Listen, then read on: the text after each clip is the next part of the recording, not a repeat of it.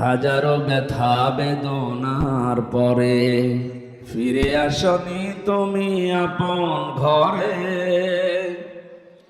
দিনের আলো তুমি ছড়িয়ে দিতে চলে গেলে মদিনায় মক্কা ছেড়ে।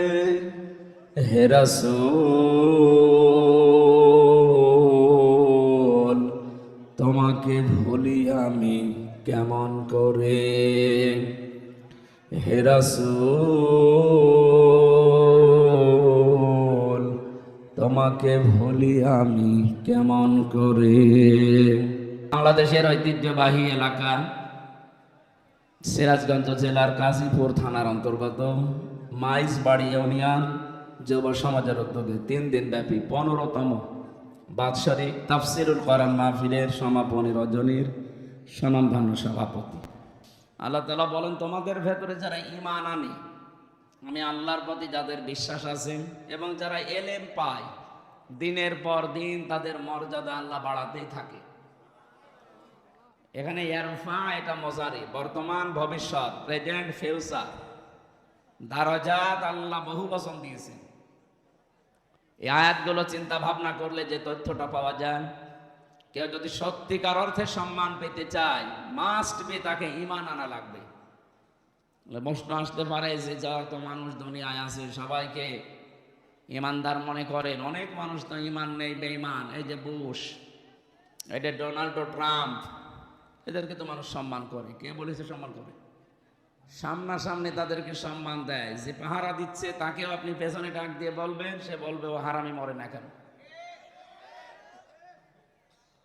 অনেকে কায়দা কৌশলে সম্মান দিচ্ছে। আমি একটা গল্প পড়েছিলাম, আমার দাদা বলছিলেন, এই যে হাজ্জাজ বিন ইউসুফ নামে একটা লোক, এই লোকটা জালেম ছিল, এত জুলুম করেছিল, মানুষ তার নামই দিয়েছে জালেম। পেয়াদারা একদিন বলছে, বাদশাহ আপনার জন্য তো রাস্তাঘাটে যাওয়া যায় না, মানুষ শুধু আপনাকে গালি দেয়। ও বলছে, গালি কে দেয় আমি নিজে শুনবো। ছদ্মবেশ নিয়ে বাইরে গেছে, বানানো দাড়ি, বানানো চুল, বানানো জোব্বা নিয়ে বাইরে যে একটা গ্রাম্য লোকের সাথে দেখা। লোকটা বলছে, ওই বাদশাহ হাজ্জাজ বিন ইউসুফ, এই লোকটা কেমন? ও তো জালেম। মানে হ্যাঁ, ও জালেম, ও 14 গোষ্ঠী জালেম। তো একবার যে জালেম জালেমি শব্দ শুনেছে, ওর মেজাজ খারাপ হয়ে গেছে। ওই বেটা, আমার চিনিস? না তো। আমি সে হাজ্জাজ বিন ইউসুফ। ও চিন্তা করছে, আমার তো মাথা থাকবে না, আমি যা বললাম। ডাক দিয়ে বলছে, বাদশাহ আপনি কি আমাকে চেনেন? বলছে, না তো। আমি এই গ্রামের ওই লোক যার মাসে 2 দিন মাথা খারাপ হয়, আজকে তার পয়লা দিন। তুই পাগল, পাগল বইল, ওই দিন বেশি গিয়েছ, তাছাড়া বাসার কথা ছিল। আমরা ওই 15.5 বছরে পাগল বলি বেশি আছে। আপনি কথা বোঝেন না? আপনি টের পাননি, যারা বোঝার তারা বুঝেছে। পাগল বলে আমরা বেঁচে আছি, ভালো মানুষ হলে ছাড়তো। শুধু ওই 14টা দল বাদ দিয়ে বাংলাদেশে আমরা যারা আছি সবাই মাসলুম, সে যেই হোক। কথা বুঝতেছেন? কিচ্ছু জানে না এই যে লোকটা। ঘরে ঘুমিয়ে আছে, চোখ বন্ধ করে, ঘুম থেকে উঠে দেখছে জেলখানায়। কি গো, তুই গাছ কেটেছিস? কখন? স্বপ্নে। কিসের মামলা দিয়েছে? গায়েবী। কিসের? সাক্ষী কোথায়? ও গায়েবী। বিচারককে? গায়েবী। মামলার আয়ুকে? ও গায়েবী। সবই গায়েবী চলছে। আমরা পাগল বলে এইভাবে ছিলাম। তাছাড়া যদি একটু বলতাম যে জালেম, আমি রিমান্ডে শুধু একটুকু বলেছিলাম, আমারে বলছে, ফেসবুকে আপনি লিখেছিলেন যে শেখ হাসিনা জালেম। আমি বলছি, আমি তো শেখ হাসিনা লিখি না, আমি লিখেছি পৃথিবীতে এমন একটা দেশ আছে যে দেশের বাদশাহ জালেম। বলছে, কোন দেশের নাম বলেছেন আমরা জানি। শয়তানের কি বল, আমি নাম লিখি নাই, শুধু পৃথিবীর 257টা দেশের ভেতরে ইঙ্গিত দিয়েছি। এই দুনিয়ায় 257টা দেশ আছে, এখানে একটা দেশের বাদশাহ জালেম। ও বলছে, কোন দেশের বাদশাহ জালেম আমরা ভালো জানি। আপনি জানেন আমারে বলেন কেন? আপনি নিজেও তো জানছেন যে জালেম, আর আপনি জালেমের সহযোগী। সুতরাং এই 15.5 বছরে জালেমকে যারা ডাইরেক্ট ইনডাইরেক্ট সহযোগিতা করেছেন, যারা সাহায্য করেছেন, পেছনে যারা সাপোর্ট দিয়েছেন, আপনিও কিয়ামতে আল্লাহর মামলার আসামি। বিশেষ করে 1628টা চেয়ারে এই দেশে মেন দায়িত্বে ছিল মানুষ। এই 1628 জন বাঁচতে পারবে না, প্রত্যেকেই এরা জালেম এবং জালেমের সহযোগী। কোরআনে কারীম জানিয়েছে, ইন্নামাস সাবিলু আলাল্লাযীনা ইয়াযলিমুনান নাস। সূরা সূরার 42 নম্বর আয়াতের প্রথম অংশে আছে, আল্লাহ পাক বলেন, অবশ্যই আমি নিজে মামলা দায়ের করব জালেমদের বিরুদ্ধে। সিরাজগঞ্জবাসী, জালেমদের বিরুদ্ধে মামলা দেবে হামজা। কে? আল্লাহ নিজে বাদী হবেন, নিজেই বিচারপতি। মামলার বাদী যত বড় হয়, কেস তত বড় হয়। কথা বলে না কেন? মামলার বাদী যত বড় হবে, কেস তত কঠিন হবে। আল্লাহ বলেন, আমি নিজে বাদী। টের পাচ্ছেন শব্দটা কত ভয়ঙ্কর? ইন্নামাস সাবিলু আলাল্লাযীনা ইয়াযলিমুনান নাস। যারা এখানে আরবি গ্রামার বোঝে তাদেরকে একটু খেয়াল করার জন্য বলছি। আল্লাহ কিন্তু ইয়াজলিমুন আল মুসলিমুনা দেয়নি। যারা মুসলমানের উপরে জুলুম অত্যাচার করেছে, করবে না। ইয়াজলিমুন আন নাস, হিন্দু কি মানুষ না? কথা বলে না কেন? খ্রিস্টান মানুষ না? এদের উপরে যে ধোয়া তুলে আপনি অত্যাচার করবেন পালিয়ে যাওয়ার পরে, এটা দেশের জনগণ ভালোভাবে বুঝতে পেরেছে। এই জন্যে মুসলমানেরা মন্দির পাহারা দিয়েছে। আমিরে জামাত ডাক্তার শফিকুর রহমান ঘোষণায় দিয়েছে, দেশে মসজিদ যেমন পাহারা দেওয়া লাগে না, মন্দিরও পাহারা দেওয়া লাগবে না। আমরা খুব ভালোভাবে বুঝেছিলাম আপনি পালিয়ে যে শান্তিতে থাকতে দেবেন না, মাঝে মাঝে নতুন নতুন ইস্যু তৈরি করবেন। করেছেন তাই কি যা শুরু করেছিলেন, আমার তো মনে হচ্ছিল যদি গোপালগঞ্জে ওই দিন না পিটানি খেত, ইস্যু আরো তৈরি হতো। আর নেই, এমন পিটানো পিটিয়েছে, এমন জায়গায় দিয়েছে যে দেখানোর জায়গা নেই। ওই কয়েকদিন আমি শুনেছিলাম গোপালগঞ্জ থেকে ঢাকা আসার জন্য দাঁড়িয়ে আসলে 1000 আর বসে আসলে 300। বসে আসার মতো কায়দা রাখেনি, এই কারণে একটু ঠান্ডা আছে। তাছাড়া ওদের যা চরিত্র, কি শুরু করে নাই, প্রতিটি নতুন তৈরি করে। কি তৈরি করেছিল দেখেন। 15.5 বছর আপনার দাবি কোথায় ছিল? হঠাৎ করে মাটি ফোড়ে উঠলেন আর বলেন আমরা আনসার। কিসের আনসার? আপনি 43,000 আনসার নিয়োগ দিয়েছে, তার ভেতরে 32,000 সব গোপালী। বাংলাদেশে এখনো 64টা জেলা আছে। আমরা কি ঘাস কাটছি নাকি ঘোড়ার? ওরা এমনি ওইটা করে না, ওদেরকে লাগানো হয়েছিল। পিটানি খেয়ে ঠান্ডা হয়ে গেছে, একটা একটা করে দিন যায়, আর একটা করে নতুন নতুন ইস্যু তৈরি করে। কয়েকদিন আগেও একটা ব্যর্থ হয়েছে যে ট্রাম্পের ছবি নিয়ে জুতা মারবি, আর তামাম দুনিয়া দেখবে যে বাংলাদেশে যারা আছে তারা ট্রাম্পের বিরুদ্ধে। ট্রাম্প তখন আমার হাত ধরে বলবে চট করে ঢুকে পড়ো। আমরা অত পাগল শামসুদ্দিন না। কি আপনি ডালে ডালে বেড়াচ্ছেন, আমরা পাতায় পাতায় আছি। সতর্ক খুব। এখন কিন্তু উহুদের ময়দান চলছে বাংলাদেশে। আমার ভাইরা, যে কথা তুলেছিলাম, পৃথিবীতে কেউ যদি সত্যিই ঈমান আনতে পারে সত্যিকার অর্থে, আর ঈমানের দাবি অনুযায়ী ওই মানুষটা যদি জ্ঞান পায়, জ্ঞান মানে কোরআন আর হাদিসের জ্ঞান, বাস্তবতা হতে পারে, উভয় জগতের জ্ঞান পাওয়ার পরে ওই মানুষটা যদি এই জ্ঞানের উপরে চলতে থাকে, আল্লাহ পাক বলেন আল্লাযীনা উতুল ইলমা দারাজাত। দিন যত যেতে থাকবে ওই মানুষের সম্মান আল্লাহ দিনের পর দিন বাড়াতেই থাকবে। সিরাজগঞ্জবাসী, আমি কথা তুলেছিলাম এই পৃথিবীতে যে মানুষগুলো মানুষের উপরে জুলুম করেছে, শুধু মুসলমানদের উপরে না, মানুষের উপরে। সে যেই হোক, সে আল্লাহর মামলার আসামি। সুতরাং যিনি পালিয়ে গেছে, উনি থেকে শুরু করে ওনাকে যারা সহযোগিতা করেছে, ওনার যারা দোষর ছিল, প্রত্যেকেই আল্লাহর মামলার আসামি। আমরা চাই আমাদের এই দেশটা অমান দাখলাহু কানা আমিনা।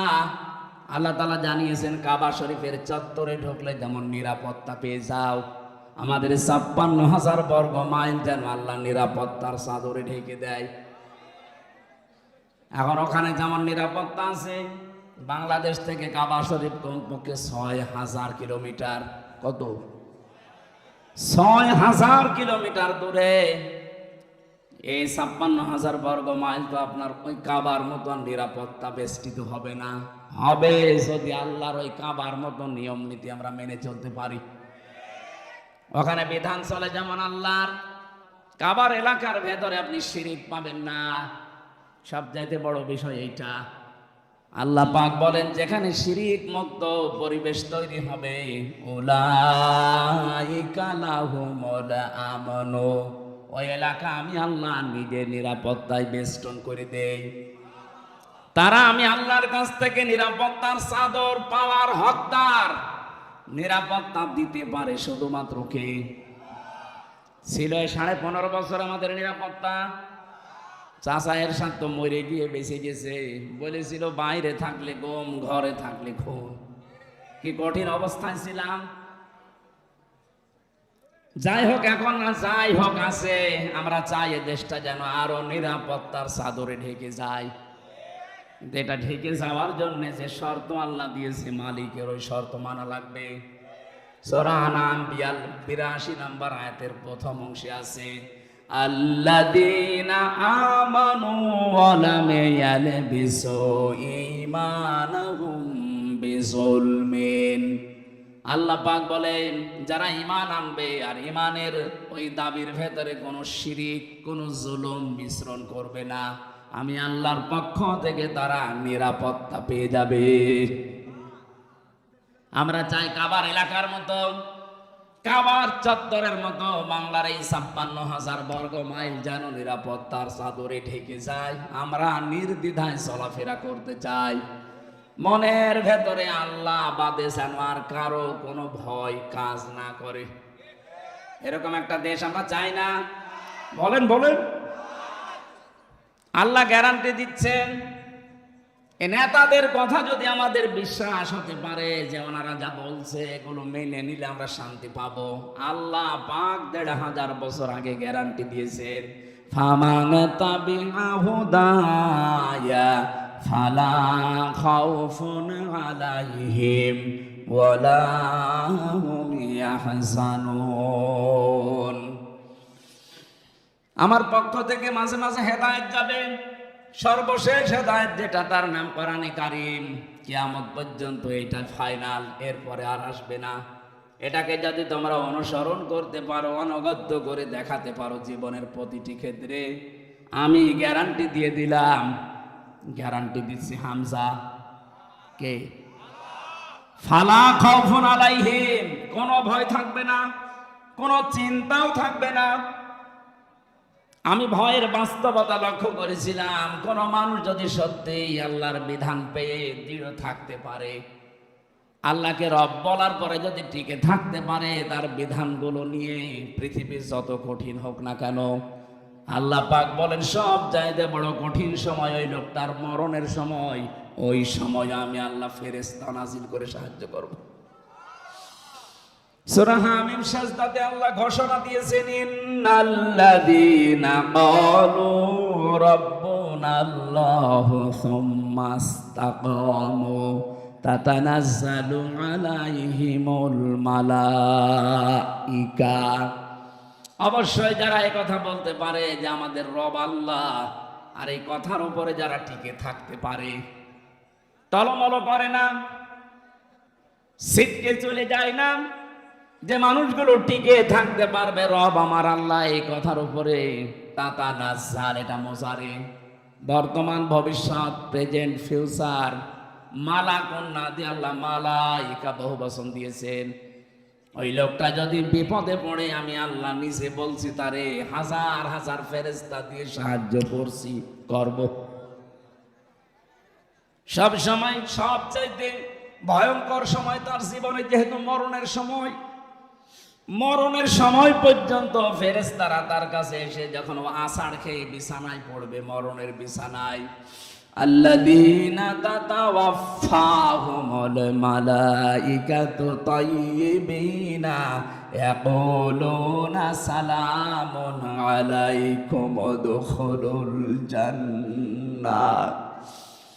ফেরেশতারা চারিদিকে দাঁড়িয়ে বসে ওয়েলকাম জানাবে আর বলবে আল্লাহর বান্দা। তাইয়্যিবিন মানে শুধু পোশাকের পবিত্রতা না, তাইয়্যিবিন মানে শুধু দেহের পবিত্রতা না, চিন্তা চেতনা আকীদা, তার কর্মজীবন, বাস্তব জীবন, প্র্যাকটিক্যাল লাইফ পুরাটা যখন পবিত্র করে বিছানায় পড়ে যাবে, মরণের বিছানায়, আল্লাহ পাকের ফেরেশতারা এসে তার কাছে বলবে বান্দা সালাম, শান্তি, তুমি যা করেছো তোমার জীবন আমরা দেখেছি, উদখুলুল জান্নাহ, ওই যে জান্নাত দেখা যাচ্ছে ওইটার ভেতরে তুমি প্রবেশ করবা। আমি তো এদের বাস্তব চিত্র দেখেছিলাম আমার এই 3 বছরের জেলের জীবনে। গভীর রজনীতে যে কারারক্ষী গুলো আসতো, একবার এক কারারক্ষী পেয়েছিলাম কুতুবউদ্দিন, বড় বড় দাড়ি নিয়ে, দাড়ি দেখলে একটু আশার সঞ্চার হতো না, এটা একটু মনে হয় মন মতো কিছু শুনবে। এখানে যখন লেখা দেখতাম দেবদুলাল সুব্রত বালা, তখন একটু ভয় লাগতো, না জানি কি করে ফেলে, কারণ জেলেও মানুষ মারে, এটা আমরা শুনেছি। কি ওখানে তো আর সিসি ক্যামেরা দেওয়া নেই, কেউ জানেও না, মেরে ফেলে বলবো হার্ট অ্যাটাক করে মরে গেছে। চিন্তা করলাম কি করা যায়, দেখি এই কুতুব ভাইকে দাড়ি যখন বড় আছে আর কুতুবউদ্দিন লিখা, কিছু না হোক ইমান আছে। উনি নিজেই আমাকে ডাকলেন রাত 12:30টার পর, আমি নিজে কোরআন শরীফ পড়ছিলাম, আমাকে বলছে হুজুর শোনেন, যে আয়াতটা পড়ছিলেন এই আয়াতটা আমিও জানি, এর বাস্তব আমি নিজে দেখেছি। কি দেখলেন? শহীদ মীর কাসেম আলীর নাম শোনেননি? এ লোকটার যখন ফাঁসি হবে মাত্র 3 ঘন্টা বাকি আছে, ওই দিন আমার দায়িত্ব ছিল। ওনাকে যে বললাম স্যার মাত্র 3 ঘন্টা সময় আছে, আপনি প্রস্তুতি নেন না কেন?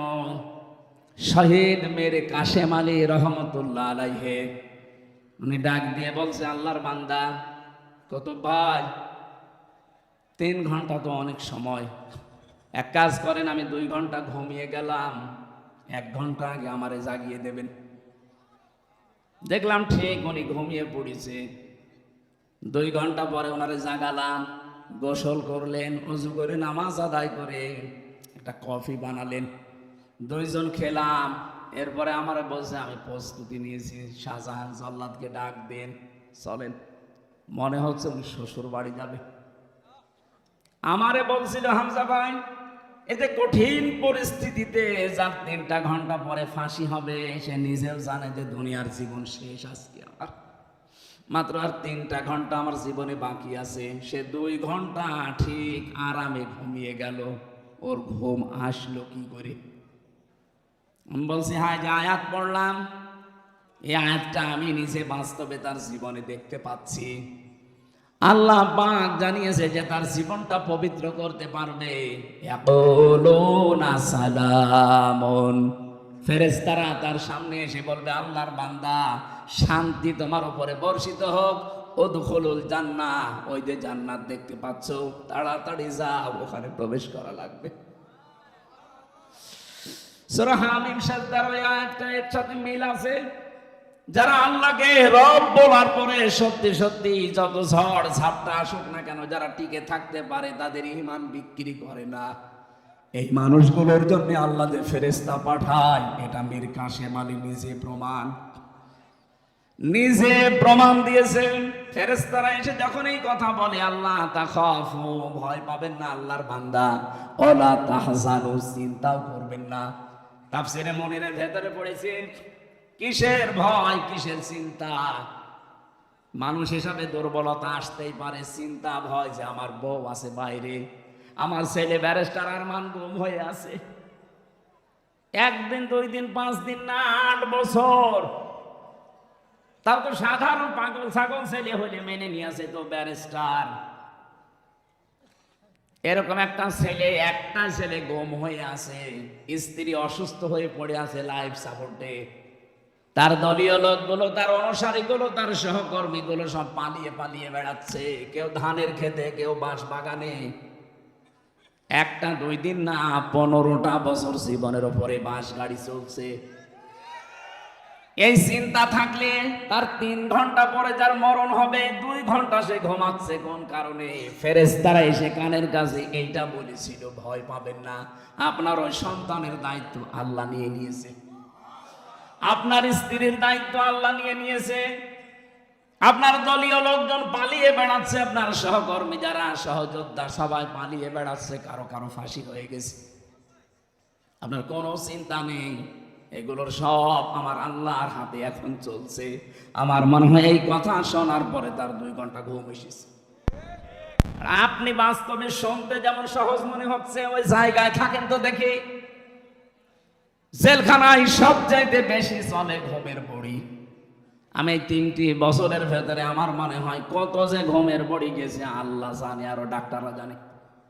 অথচ আমার কোনো চিন্তাও ছিল না, আমার পরিবারটা দেখার মতো আমার মা বাবা আছে, আমার শ্বশুর শাশুড়ি ধনী মানুষ তারা আছে, আমি শুধু ঘরের ভেতরে আটকা অবস্থায় আছি জেলখানায়, এই তাই আমার চিন্তায় ঘুম আসে না।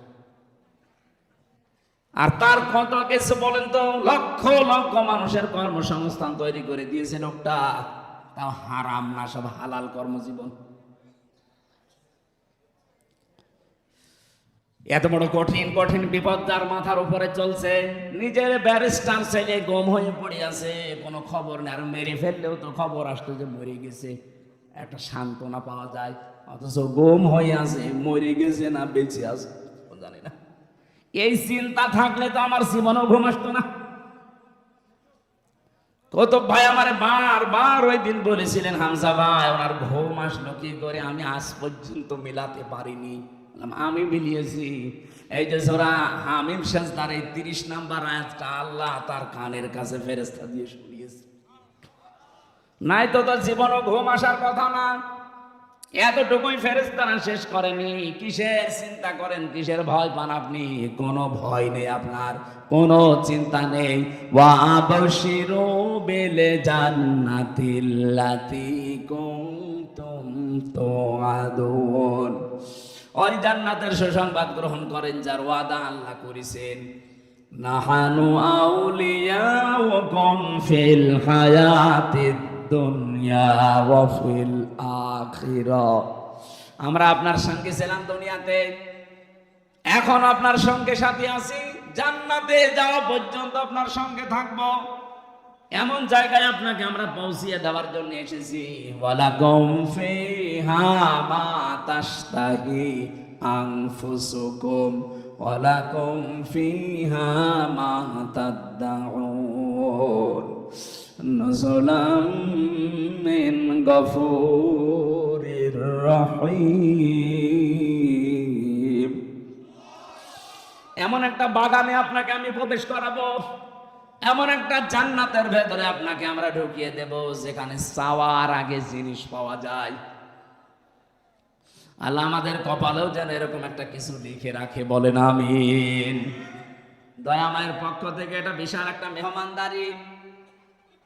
সিরাজগঞ্জবাসী, আমি আয়াতটা তুলেছিলাম এই কারণে, সত্যি সত্যি যদি আমরা এই পৃথিবীতে আল্লাহকে রব বলার পর টিকে থাকতে পারি, পরিস্থিতি যত কঠিন হোক, একটা অজানা সুখ, অনির্বচন সুখ আপনাকে আল্লাহ দান করবে, যেটা পাওয়ার জন্য ওই যোগ্যতা, ওই লেভেলে যাওয়া লাগবে। আজকের মাহফিল থেকে এমন একটা কিছু আমরা নিয়ে যেতে চাই, অন্তত মরণের বিছানায় আছাড় খেয়ে পড়ে যেন আমার আফসোস শুরু না হয়, আমি যেন হাসতে হাসতে মরণের বিছানা থেকে আল্লাহর জান্নাত দেখে হযরতে আসিয়ার মতো যেন বলতে পারি, আল্লাহ জান্নাতে আমার জন্য একটা ঘর বানিয়ে দাও, বলেন আমিন। যেহেতু কথাটা এসেছে, আমি মেয়েদেরকে বলছি, সম্মানিত মা বোনেরা, পৃথিবীতে আপনার স্বামী অনেক মহিলা কল দিয়ে বলে আপনি খালি মেয়েদের কথা বলেন, পুরুষের বিরুদ্ধে বলতে পারেন না।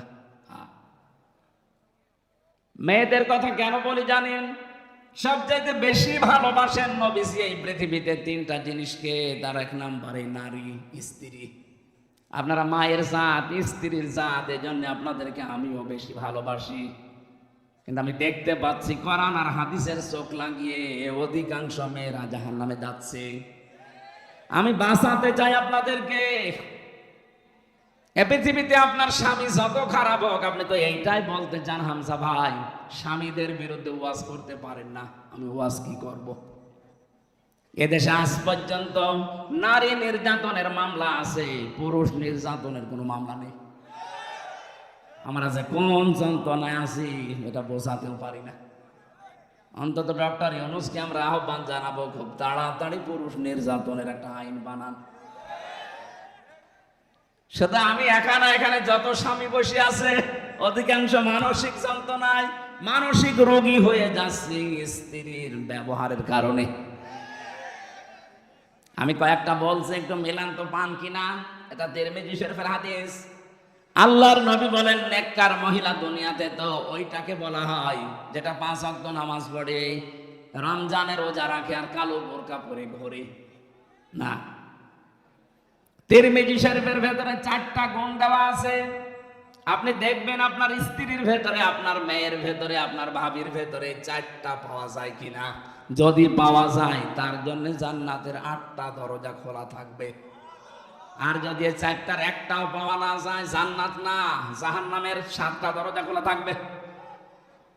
1 নম্বরে ইদা নাযারা ইলাইহা সাররাতুহু, স্বামী যখন তার দিকে তাকাবে সে স্বামীকে আনন্দ দেবে, হয় কথাবার্তা দিয়ে, ব্যবহার আচার দিয়ে, অভ্যর্থনা দিয়ে, যেভাবেই হোক স্বামীকে সে আনন্দ দেবে। আজ বাংলাদেশের দিকে তাকান, এইরকম মহিলা এখন ঘরে ঘরে নেই। এটা তো গ্রাম অঞ্চলের জন্য বুঝতেছেন না, এখানে এখনো ভালো মানুষ আছে, শহরের অবস্থা আরো খারাপ। স্বামী যখন বাইরে থেকে আসবে ওর চেহারার দিকে তাকালে অর্ধেক ক্লান্তি দূর হয়ে যাওয়ার কথা, না আরো ক্লান্তি বেড়ে যায়। সম্মানিত মা বোনেরা, এটা হাসির খোরাকি না, এটা দুনিয়ার কাজ না, এটা আখিরাতের কাজ। আপনার স্বামীর আনন্দ নিয়ে, স্বামীর ভালোবাসা নিয়ে আপনার জান্নাত আল্লাহ তৈরি করবে। যখনই আসবে আপনি মনে করবেন দুনিয়ায় সব চাইতে বড় মেহমান আমার বাড়িতে এসেছে। নবীজির স্ত্রী উম্মে সালমা, না উম্মে মাইমুনা, হযরতে মাইমুনা রাদিয়াল্লাহু তাআলা আনহা, তিনি একবার সাজগোজ করে বাড়িঘর পরিষ্কার করে বিছানা পাতি চাদর বিছিয়ে তিনি অপেক্ষায় আছেন। এলাকার মেয়েরা এসে বলে, মাইমুনা কে আসবে আজকে এত সাজগোজ? হযরতে মাইমুনা বলেছেন, হে আমার এলাকার মানুষেরা, হে মহিলারা, এ পৃথিবীর সর্বশ্রেষ্ঠ মেহমান আমার স্বামী মুহাম্মদুর রাসূলুল্লাহ আজকে বাড়িতে আসতেছে। বলেন তো তাদের কাছে সবচাইতে বড় মেহমান ছিল তার স্বামী। আর এখন যদি ঘর বাড়ি একটু পরিষ্কার করে, বিছানায় চাদর নতুনটা বিছায়, এলাকার মেয়ে লোক যদি জিজ্ঞাসা করে কি গো আজকে এত সাজগোজ, এমনকি স্বামীও যদি তাকে বলে কি গো আজকে এত বেশি সাজগোজ, কে আসবে? বলবে জানো না, লোক আসবে। তার মানে আপনি ওর কাছে লোকই না। কি আপনি কি ওর কাছে? কিছুই না। ওর বিয়ে আসবে বলে এত সাজগোজ করে বসে আছে, আপনি জিজ্ঞাসা করলেও বলবে আজকে জানো না লোক আসবে। আমি কি লোক না? সম্মানিত মা বোনেরা, আপনার এই কাজটা পরিবারে হচ্ছে না। স্বামীকে এই সম্মান জানান না, সম্মান রাখেন না স্বামীর। এই কারণে আজ হাজারো স্বামী পরকীয়া প্রেম করে। দেখলেন এখানে ওই রোগের রোগী আছে, হাজারো মেয়ে লোক বসে আছে দেখলাম। সম্মানিত মা বোনেরা, আপনার কারণে আজ স্বামী পরকীয়া প্রেম করছে। দোষ শুধু স্বামীর একা না, আপনারও আছে। ও যেখানে লাইন করেছে তার ভেতরে কি আলাদা জিনিসপত্র আছে? আপনাকে আল্লাহ যা দিয়েছে তার ভেতরেও তো তাই আছে। আপনার কাছ থেকে রেসপন্স পায় না, সে আগ্রহ আবেদন পায় না, এই জন্য ছুটে যাচ্ছে মমতাজের কাছে। আরো জোরে বলেন ঠিক? হ্যাঁ, ওরা কানে যাক, সাজতে চায় না। কেউ যদি স্বামীকে আকৃষ্ট করার জন্য আয়নার সামনে বসে বসে সাজগোজ করে, ও যতক্ষণ সাজবে নফল নামাজের সওয়াব পাবে। বলে নামাজই পড়ে না, কিসের নফল নামাজ? দ্বিতীয় নম্বরে পেয়েছি ওয়াইদা গাবা আনহা হাফিজাতুহু। স্বামী যখন বাইরে যাবে তখন নিজের ইজ্জত আবরু সম্ভ্রম, স্বামীর সন্তান এবং স্বামীর সম্পদগুলো ওই মহিলা হেফাজত করবে না। এটাও পাওয়া যাচ্ছে না আজ। স্বামী বাইরে গেলে অধিকাংশ মহিলা দিন পায়, মনে হচ্ছে যে একেবারে জান্নাত পেয়ে গেছে। কোন জায়গার কোন পুরাতন বন্ধু ডাক দিয়ে নিয়ে এসে উনি একেবারে আল্লাহর রাস্তায় মজে গেছে। সম্মানিত মা বোনেরা, সবার ভেতরে হয়তো নেই, কিন্তু 100টার 50টা পরিবারে এরকম চলছে। স্বামী বাইরে গেলে স্বামীর ইজ্জত আবরু, আপনার সতীত্ব, স্বামীর সম্পদ, স্বামীর সন্তানকে পর্যন্ত দেখে শুনে রাখবেন, হেফাজতে রাখবেন, এটা আপনার দায়িত্ব। তাহলে জান্নাতের দরজাগুলো খুলবে। 3 নম্বরে বিশ্বনবী জানিয়েছেন, এইটাই আমার আসল পয়েন্ট। এই এদিকে তাকা।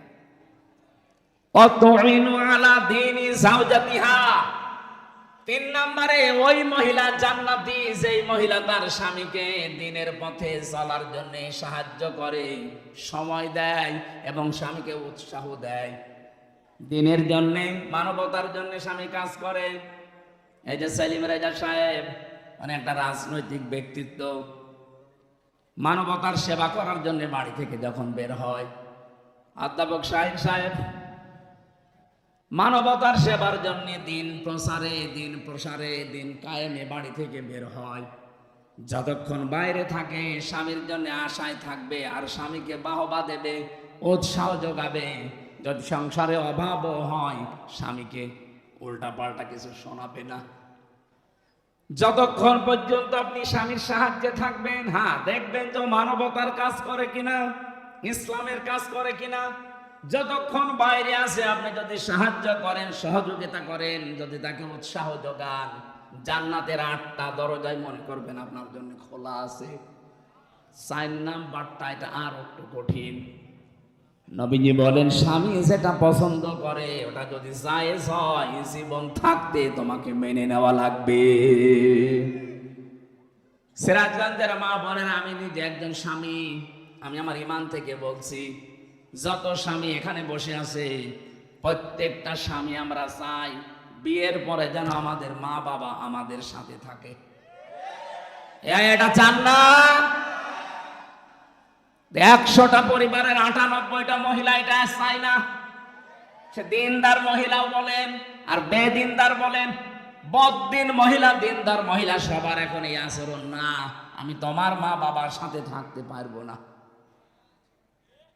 কোরআন শরীফ আমার সামনে, আমি হাত দিয়ে বলছি, আমি স্বামী হিসাবে দাবি করছি, যদি সত্যি আমার মন আমার স্ত্রী 100 ভাগ পেতে চাই, ও যেন ওর মা বাবার সাথে যা করে আমার মা বাবার সাথে ওইরকম করা লাগবে।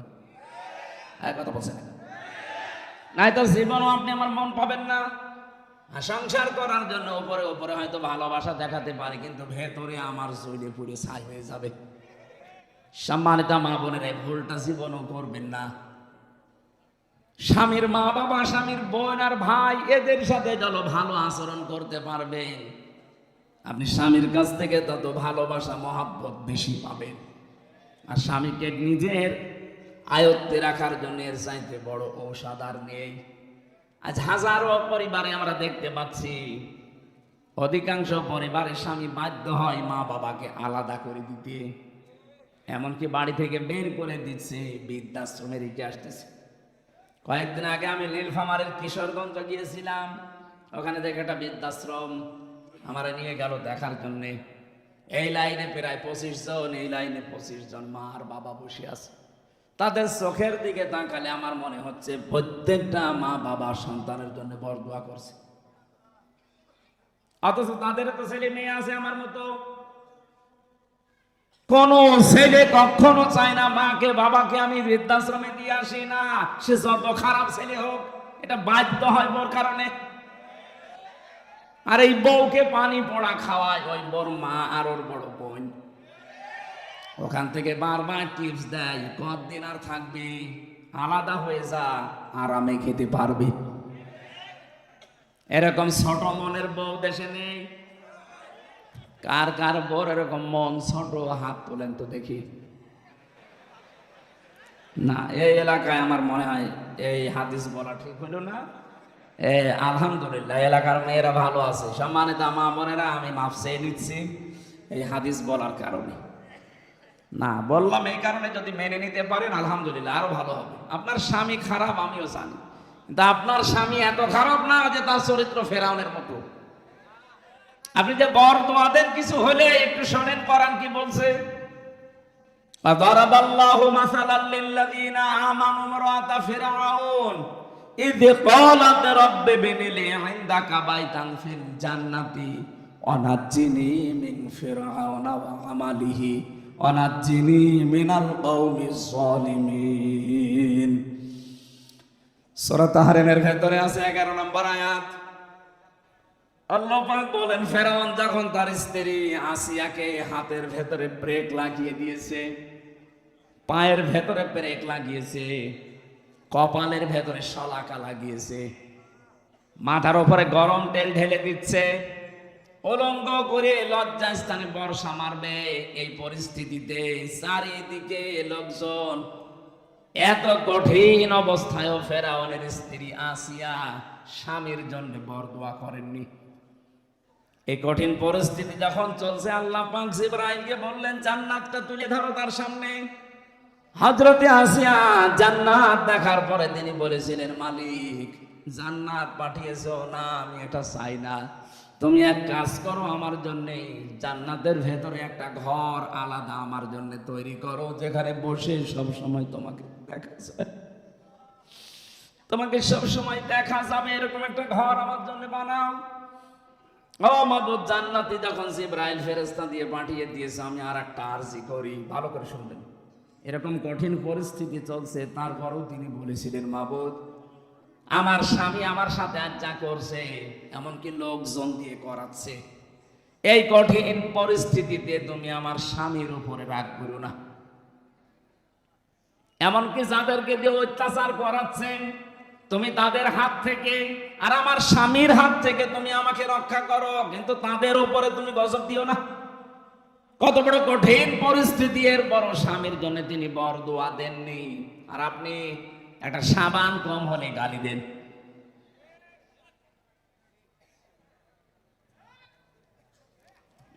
থাক, তার মানে এলাকায় এরকম স্বামী আছে, আমরা এখন টের পাচ্ছি না। মা বোনেরা, শুধু নামাজ পড়ে রোজা রেখে কালো বোরকা পরে আপনি জান্নাত যেতে পারবেন না। ফেরাউনের মতো স্বামী তো আপনার কপালে জোটেনি, কোন কারণে আপনি উল্টাপাল্টা খোঁটা দেন?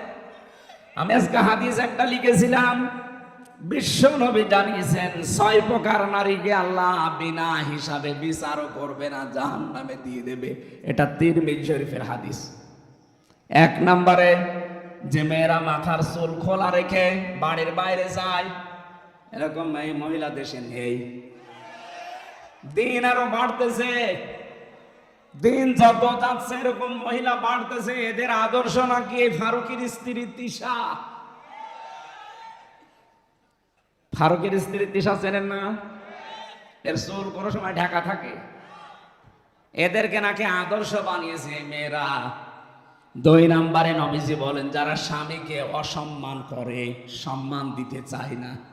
একটা স্বামীর যে মর্যাদা কত বেশি স্ত্রীর কাছে, নবীজি জানিয়েছেন, কোন স্বামী যদি স্ত্রীর কাছ থেকে সম্মান না পায়, আর স্ত্রী যদি জানতো যে আমার স্বামীর মর্যাদা কতটুকু, এটা হাদিস। বিশ্বনবী জানিয়েছেন, পৃথিবীতে আল্লাহ বাদে সেজদা জায়েজ নেই, কিন্তু এটা যদি জায়েজ থাকতো তাহলে আমি মেয়েদের কানের কাছে মুখ নিয়ে বলতাম, আর যাই করো স্বামীকে সেজদা করো। যেহেতু সেজদা জায়েজ নেই, এই জন্য বলি নাই। কত বড় কথা, স্বামীকে সেজদা পর্যন্ত দেওয়ার কথা বলছিলেন নবীজি, যেহেতু জায়েজ নেই এই জন্য বলেন নাই। আর রিজালু কাওয়ামুনা আলান নিসা, পুরুষেরা হবে অভিভাবক, গাইডলাইন দাতা, মেয়েরা থাকবে তাদের আজ্ঞাবহ।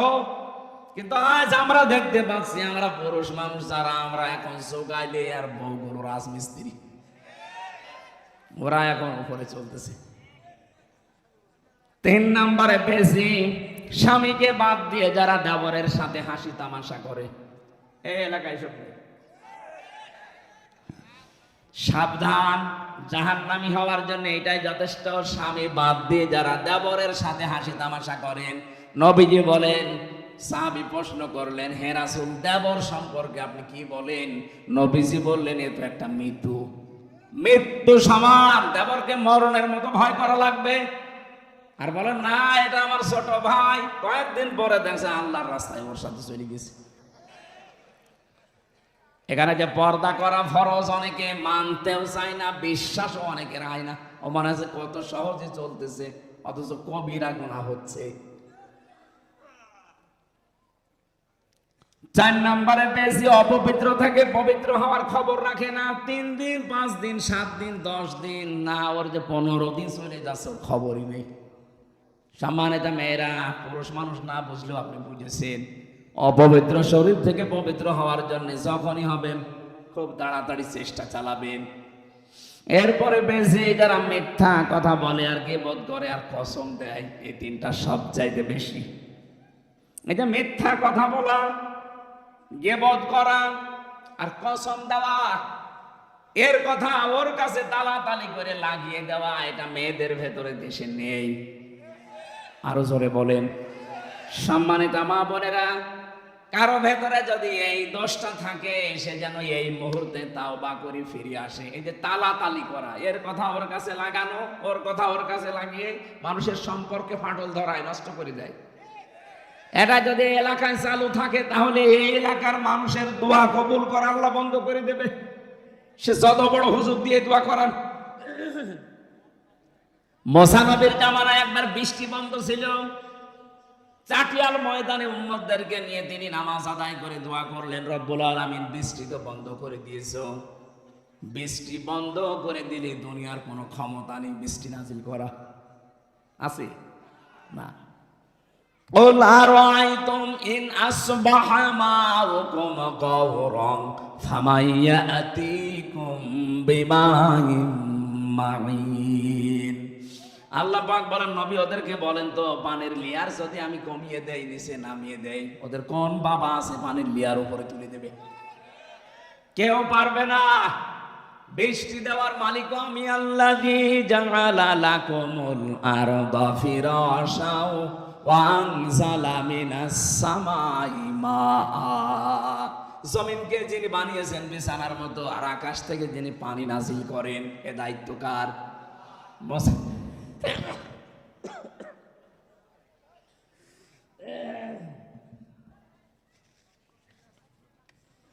মুসা নবী বলছিলেন, রব্বুল আলামিন,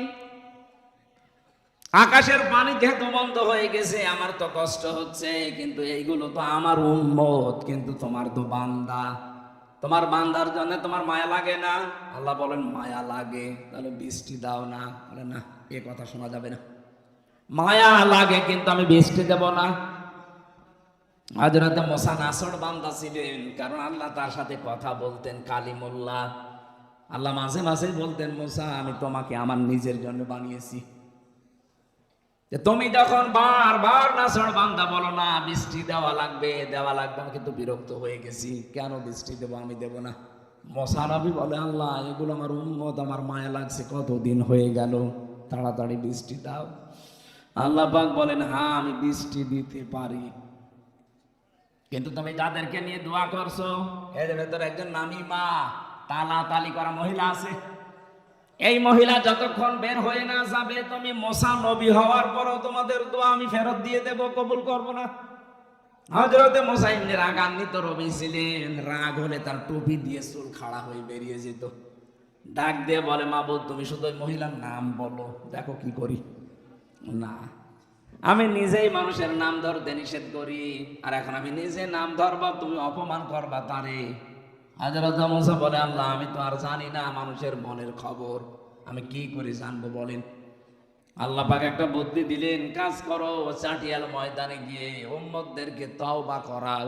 ওরা যদি খাস নিয়তে তওবা করতে পারে, আমি আল্লাহ ওদেরকে মাফ করে বৃষ্টি দিতে পারি। মুসা নবী এসে ডাক দিলেন, আমার উম্মতেরা, এখানে একজন মহিলা আছে, তালা তালি করা, মানুষের কথা লাগিয়ে বেড়ায়, কিন্তু কে আছে এটা আমি জানি না, তবে আছে। সে যতক্ষণ এখানে থাকবে কারো দোয়া কবুল হবে না, দয়া করে সে যেন বেরিয়ে যায়।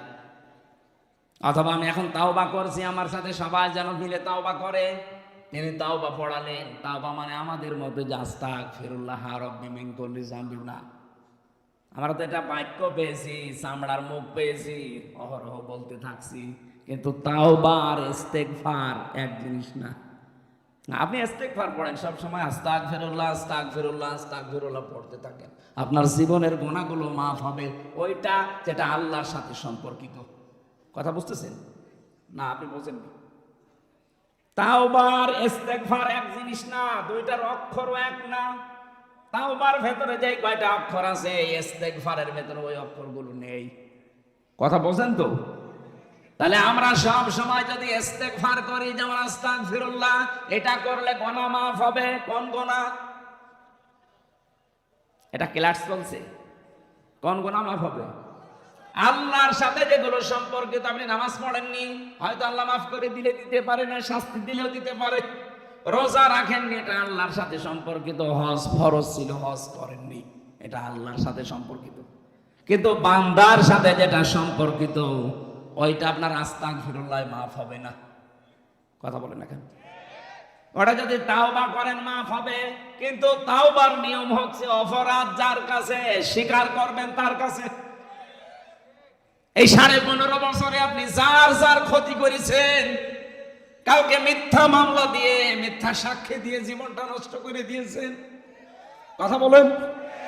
এটা আমার 3 বছর নষ্ট করে দিলেন। আমার বাবার প্রায় 30 থেকে 32 লাখ টাকা আপনি নিয়েছেন এই 3 বছরে। কত মানুষকে গুম করেছেন, খুন করেছেন, আয়না ঘরে রেখেছেন। আয়না ঘরের ভেতরে কিছু মানুষকে আমি তো ছিলাম 10 দিন, দেখেছি এত বড় বড় নখ হয়ে গেছে মানুষের, চুল দাড়ি গোপ মনে হচ্ছে জঙ্গল থেকে বেরিয়ে আসতেছে। আমারে যখন রিমান্ড শেষ করে নিচে নিয়েছে, তো রাতের বেলা দেখতাম এই নখ, এত বড় বড় নখ দিয়ে দেওয়ালের সাথে খুশিয়ে খুশিয়ে লিখেছে যে ভাই এই নাম্বারটা একটু বাইরে জানাবে যে আমি বেশি আছি। 2 দিন 5 দিন না, 2 বছর 5 বছর 8 বছর 10 বছর 14 বছরের মানুষ আমি পেয়েছি। আপনি টের পাচ্ছেন? মুফতি ফখরুল ইসলাম আমার সাথে ছিল। উনি এসে আমারে বলতো, হামজা ভাই আপনার সাথে কি করেছে আমি জানি না, তবে আমার এই পায়ের ভেতর দিয়ে এভাবে হাত ভরে দিয়েছে, এভাবে হাত দিয়ে সামনে যে লোহার ব্যারিকেড দেওয়া, ওর সাথে হাত হ্যান্ডকাপ দিয়ে লাগিয়ে দিয়েছে। আরে ভাই এভাবে 2 মিনিট 5 মিনিট 1 ঘন্টা লাগলেই তো মাথা ব্যথা হয়ে যায়। বছরের পর বছর মাত্র 1.5 থেকে 2 মিনিট সময় দিত টয়লেট করার জন্য। সকালে কয়েকটা পচা ছোলা দিয়ে যেত, দুপুরে 1 বাটি খাবার দিয়েছে, মনে হচ্ছে কেউ মাখিয়ে রেখে গেছে, পারলে খান, না পারলে ফেলে দেন। এভাবে 8 বছর 10 বছর 14 বছর আমি পেয়েছিলাম মানুষকে। যখনই ওই দেওয়ালের ওইটা পড়তাম যে ভাই যদি বাইরে যেতে পারিনি, নাম্বারটা একটু জানাবে যে আমি বেশি আছি। আপনি এই কাজ করলেন আর এখন বলছেন আস্তাগফিরুল্লাহ। আপনি কি আল্লাহর কাছে দোষ করেছেন? দোষ করেছেন হামজার কাছে। কথা বলেন না কেন? এই জন্য তাওবা যদি কেউ করতে চান, মুসা নবী তাওবা পড়াচ্ছে, আর আমরা বিভিন্ন দরবারে গেলে আজকে তাওবা পড়ি আস্তাগফিরুল্লাহ। আরে ভাই আস্তাগফিরুল্লাহ পড়ছেন কোন কারণে? আপনি পড়েছেন আল্লাহর কাছে, দোষ করলে পড়েন। আপনি তো দোষ করেছেন 15.5 বছরে বান্দার কাছে। আপনার কারণে মানুষগুলো, হাজারো মানুষ ব্যবসা করতে পারে না, গাছতলায় বাসতলায় ধানের খেতে সময় কাটিয়ে যায়। কথা বলে না। আর আপনি এখন আস্তাগফিরুল্লাহ পড়বেন। তার ছেলেটা গম করে রেখেছেন, তার মেয়েটাকে আপনি ঠিক মতো পড়াশোনা করতে দেননি, আর পড়াশোনা যাই করুক জায়গা মতো উঠতে দেননি, বৈষম্যের শিকার বানিয়ে রেখেছেন। এমনকি জেলখানায় পর্যন্ত অত্যাচার করেছেন আপনি। আলেমদেরকে আপনি এত কষ্ট দিয়েছেন জেলখানার ভেতরে, আমি নিজে তো সাক্ষী। সরকারি মোবাইল সবাই 7 দিন পর 1 দিন পায়, অথচ আলেমদেরকে দেওয়া হতো না। এমনকি যোগাযোগ বিচ্ছিন্ন করে 24 ঘন্টা ফাঁসির কন্টেম ছেলে তালাবদ্ধ করে রাখবে। কারোর সাথে দেখা সাক্ষাৎ নেই, বাড়ি কি অবস্থা কেউ জানবে না। কেন আপনি এমন করলেন? আমি কি করেছিলাম? কয়েকদিন আগে আমার মামলা সব খারিজ হয়ে গেছে, আদালত কর্তৃক প্রমাণিত যে আমি নির্দোষ, আমার কোনো দোষ নেই। তাহলে নির্দোষ মানুষকে আপনি এই কষ্ট দিলেন। আমি চাই যদি আপনি মাপ পেতে চান, শুধু আস্তাগফিরুল্লাহ জীবনও হবে না, আগে আমার ক্ষতিপূরণ দেন, আমার 30-32 লাখ টাকা ফেরত দেন, 3 বছর আমার মতো জেলখানায় থাকেন যোগাযোগ বিচ্ছিন্ন হয়ে। আর পাহারাদার পাঠাতেন, একটা মুসলমান পাঠাতে পারেন না, পাঠাতেন সব মালায়ন, দেবদোলা, সুব্রত বালা, আশিক কুমার, কি নাম দেখেছেন? ওর কাছে কি আলেম জালেম আছে? যা করেছেন জীবন আস্তাগফিরুল্লাহ মাফ হবে না। 15.5 বছরে যার কাছে যে অপরাধ করেছেন আগে তার কাছে যে ক্ষমা চাবে এবং তার ক্ষতিপূরণ দেওয়া লাগবে আপনাকে। এলাকায় যত জালেম ছিল সে জালেম গুলো পালিয়েছে, এত পালিয়েছে। যদি আসে কোনোদিন তালিকা করে রাখবেন, মোড়ে মোড়ে টাঙিয়ে দেবেন, কোন জালেম যেন কিয়ামতের আগে দেশে আসতে না পারে।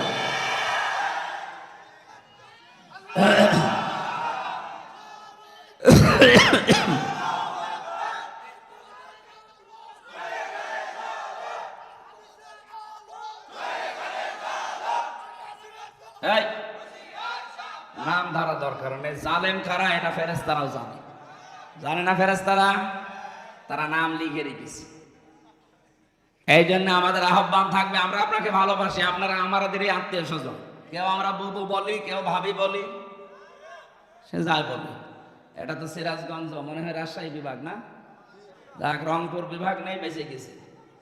রংপুর বিভাগ হলে ওরা সব ভাবি বলে, আর আমরা বাকি বাংলাদেশের যত জেলা আছে সবাই আপা, কেউ কেউ আবার আবেগে মা বলে ফেলে। আপনার মা নেই, কোন কারণে আপনি মা বলতে চান? নিজের বাবা বাদ দিয়ে অন্য কাউকে যদি কেউ বাবা ডাকে তার নাম বলেন শ্বশুর। আরে শ্বশুরকে বাবা বলা যায় যাচ্ছে, কারণ সে হাফ বাবা। সে যা আপনাকে দিয়েছে ওইটা না দিলে আপনি দুনিয়ায় কত জেনা করতেন আপনি জানেন। সুতরাং তাকে আপনি বাবা বলবেন। শ্বশুরকে বাবা বলা যায় যাচ্ছে না? নেই, আছে। কিন্তু নিজের বাবার সামনে বারবার বলতে যাবেন না, তাহলে বাবা আবার কষ্ট পাবে। আমার ভাইরা, আমি যেটা বোঝাতে চাচ্ছিলাম, তাহলে তাও বা আমি ওদেরকে যেহেতু বাঁচাতে চাই, আপনারা আজ দিক ভ্রান্ত হয়ে হতাশ হয়ে ঘুরতেছেন। কত মানুষ আজ হতাশ হয়ে গেছে, জীবন পর্যন্ত এখন দিয়ে দিচ্ছে, সুইসাইড করছে। মাত্র 3 মাসে অনেককে দেখলাম, অনেক জালেম এবং জালেমদের দোসররা হতাশা, নিরাশা, অস্থির হয়ে জীবনের উপরে শেষে আর ভরসা রাখতে পারছে না, সুইসাইড করছে। অথচ এইরকম জীবনই তো আমাদেরকে আপনারা দিয়েছিলেন। 15 বছর আমরা কাটালাম। কথা বলেন না কেন? আমরা তো সুইসাইড করিনি। আপনারা 3 মাসে হতাশ হয়ে গেছেন। এটা এমনি হয়নি। আল্লাহ বলেন আমি নিজে তাদেরকে হতাশ বানিয়েছি। এটা সূরা আনাম 44 নম্বর আয়াতে আছে। হাত্তা ইযা ফারিহু বিমা উতু, তাদেরকে দানকৃত ক্ষমতা পাওয়ার পরে যখন তারা আনন্দে মেতে থাকে, আখাযনাহুম বাগতাতান, হঠাৎ করে তাদেরকে আমি ধরলাম। এই যে 2024 সালের 5 অক্টোবর আল্লাহ যে ধরেছে, এটা কি ওয়াজ করা লাগবে? আর শুধু ছাত্র জনতা না, আল্লাহ নিজে তাদেরকে ধরেছেন। এই জন্য আখাযনা একালিক টান আছে, এটার ফাইল কর্তা আল্লাহ নিজে। বাগতাতান মানে আকস্মিক ভাবে। আল্লাহ যে আকস্মিক ভাবে তাদেরকে ধরেছে তার প্রমাণ ওরা দুপুরের খাবারও খেতে পারেনি। কত শখ করে রান্না করেছিল, ছেলে মেয়েরা দেখিয়েছে। এই আয়াতের পরের শব্দ ফাইদা হুম মুবলিসুন, ওরা হতাশ এবং নিরাশ হয়ে গেছে। আল্লাহ তাই করেছে। ওদের চেহারার দিকে তাকান, কোটে তুললে দেখবেন চোরের মতো যাচ্ছে। আরে কোটে তো আমিও গেছি, বাঘের মতো গেছি। আমার মাথায় দড়ি বান্ধা ছিল, তাতে কি?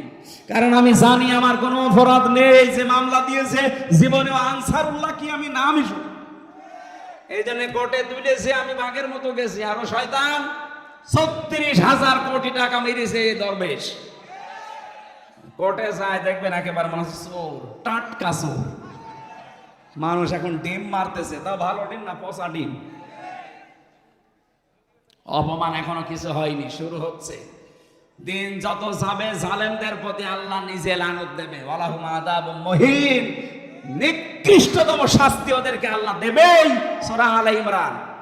এর বাস্তব প্রমাণ এই কালামানিক কলার পাতা পর্যন্ত শুয়েছে, বিসি উড়ে গেছে, বিসি উড়ে যায়নি, ওর সংসার করার কাজ শেষ, সংসার করবা, জনগণ বিসি উড়িয়ে দিয়েছে।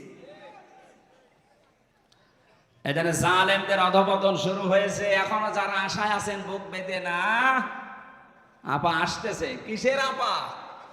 এই পৃথিবীর ইতিহাস এইটা। কোন স্বৈরাচার যারা চলে গেছে জীবনে কোনোদিন ফিরে এসেছে এটার ইতিহাস নেই। 850 বছর আগে লক্ষণ সেন পালিয়েছিল, আরে 850 বছর পরে উনি পালিয়েছে। তাহলে একটা যোগসূত্র আছে। লক্ষণ সেন মুসলমান না হিন্দু? হিন্দু নয়, পালিয়ে যায়। আপনি মুসলমান, পালিয়ে গেলেন কোন কারণে?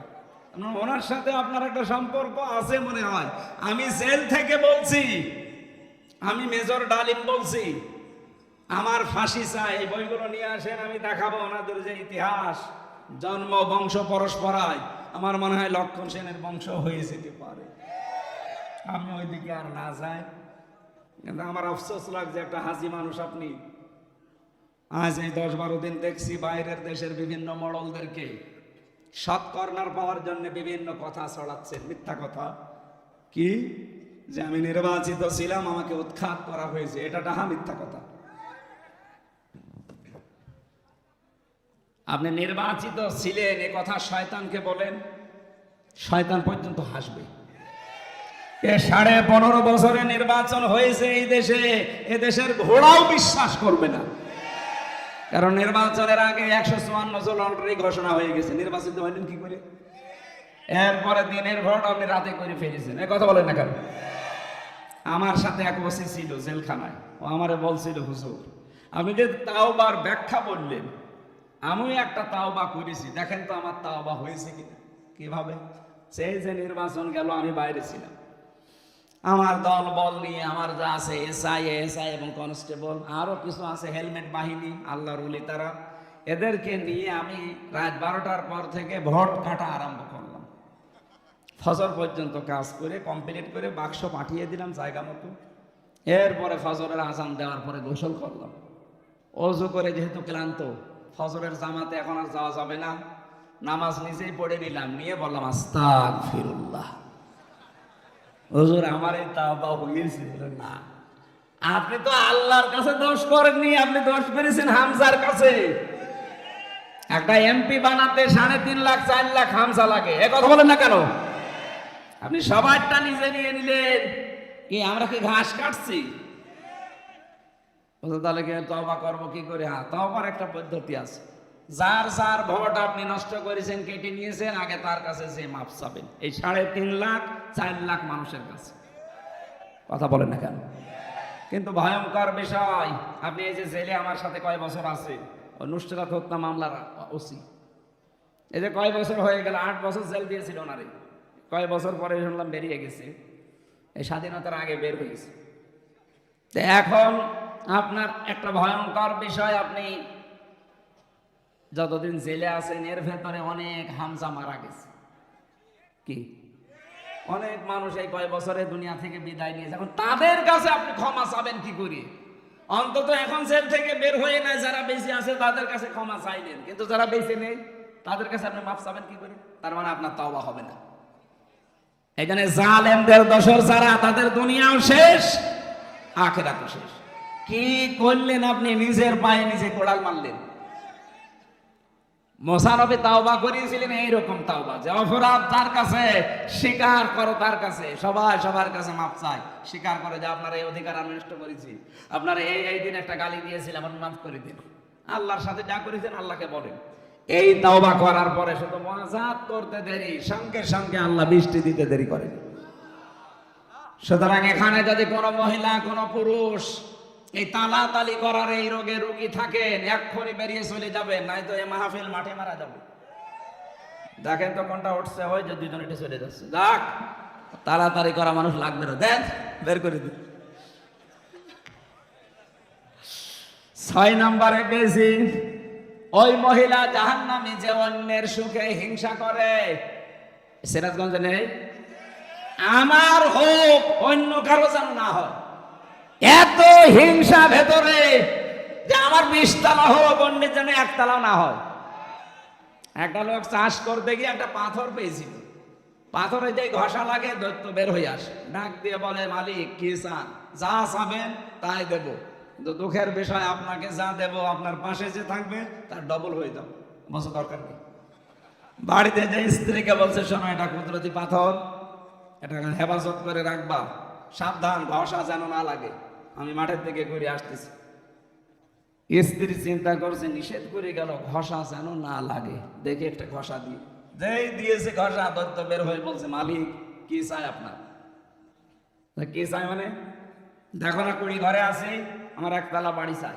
ও তো আর জানে না যে পাশের বাড়ি 2 তলা হয়ে যাবে। জয় বলেছে 1 তলা বাড়ি চাই, ওটা তো ঠিকই আছে, পাশের বাড়ি সব 2 তলা। ও মাঠ থেকে বাড়ি এসে আর বাড়ি চিনতে পারে না, বহু কষ্ট করে বাড়িতে গিয়ে বসে, কি ঘষে পাথর কই? বসে ঘষা দিয়ে ফেলিস। তুমি তো ঘষা দিলে, বাইরে এসে দেখো অবস্থা কি কি হয়েছে। তোমার বাড়ি 1 তলা, পাশের বাড়ি সব 2 তলা, পাথর আবার নিয়ে আসো। পাথর ঘষা দিয়ে দৈত্য এসেছে, মালিক কি চাই? কি চাই মানে বোঝো না, আমার 1 চোখ কানা করে দিই। আমার যদি 1 চোখ কানা হয়, আশপাশে সবাই কি হিংসা মানুষের ভেতরে গো। না, আপনি সবসময় এই দোয়া করেন, আল্লাহ আমাকে যা দিচ্ছেন দিচ্ছেন, ওখানে যা দিচ্ছেন ওরে দেন, কিন্তু আমারও দেন। এই মন তৈরি করা অত সহজ না। এই মন তৈরি করতে হলে নিয়মিত নামাজি হওয়া লাগবে। ইন্নাল ইনসানা খুলিকা হালুআ ইযা মাসসাহু শাররু জাযুআ ওয়া ইযা মাসসাহুল খায়রু মানুআ ইল্লাল মুসাল্লিন। মানুষের কিছু গুণাগুণ আল্লাহ বর্ণনা করেছিলেন, যে তারা অস্থির, তারা নিয়ামত পেলে কৃপণ হয়ে যায়, তারা দুঃখ যন্ত্রণা পেলে হতাশ হয়ে পড়ে, কিন্তু যারা মুসল্লি তাদের ভেতরে এই গুণগুলো থাকবে না। আল্লাহ কোন মুসল্লির কথা বললেন? আল্লাযীনা হুম আলা সালাতিহিম দাঈমুন, যারা নিয়মিত। কোন মুসল্লি? আমরা আজকে থেকে জীবনে যাই করে নিয়মিত মুসল্লি হওয়ার চেষ্টা করব ইনশাআল্লাহ। দরুদ সালাম পাঠ করে আমাদের আজকের আলোচনার বিষয় হচ্ছে আমলনামা। কি বললাম? এটা নাম শুনতে যত ছোট মনে হচ্ছে, এটা কিন্তু অত ছোট জিনিস না। কিয়ামতে এইটার উপরে ভিত্তি করে আপনার বিচার হবে। মনে করেন একটা কিয়ামত কায়েম হয়ে গেছে, একেবারে সামনাসামনি আপনাকে আল্লাহ ডাক দিচ্ছে। আল্লাহ রাব্বুল আলামিন মনে করেন হামজাকে ডাক দিয়ে বলছে, এদিকে আসো, আমার সামনে দাঁড়াও। ফাম্মা মান উতিয়া কিতাবাহু বিয়ামিনিহি ফায়াকুলু হাউমুকরাউ কিতাবিয়া।